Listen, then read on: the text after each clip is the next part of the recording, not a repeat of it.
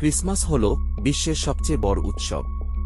এটি এমন একটি উৎসব যেখানে একটি বছরে ক্রিসমাস থেকে যত টাকা আয় হয় তা মুসলিমদের ঈদে 10 বছরের আয়ের থেকেও বেশি।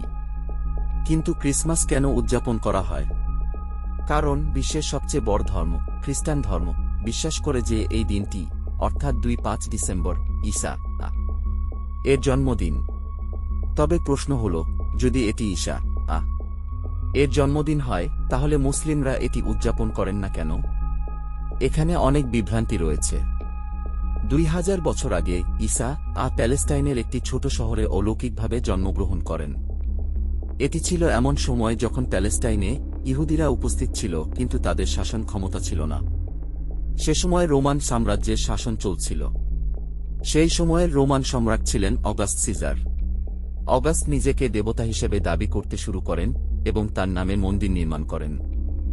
ইতিহাস বলে, যখন কেউ অত্যধিক ক্ষমতায় পৌঁছে যায় তখন আল্লাহ একটি শক্তিশালী নবী পাঠান তার অহংকার ভাঙার জন্য।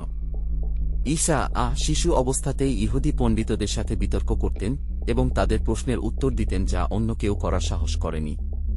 পরবর্তীতে আল্লাহ ঈসা কে বিশেষ ক্ষমতা দান করেন যার মাধ্যমে তিনি অসুস্থ মানুষকে আরোগ্য করতে পারতেন।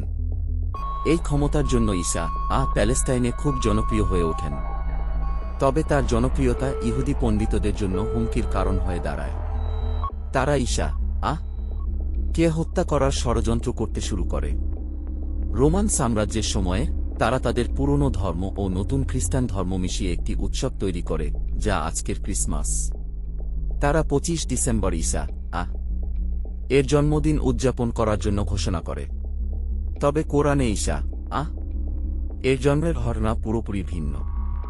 কোরআনে বলা হয়েছে ঈসা এর জন্মের সময় খেজুর গাছে ফল ছিল, আর খেজুর ফল শুধুমাত্র গরমকালে হয়।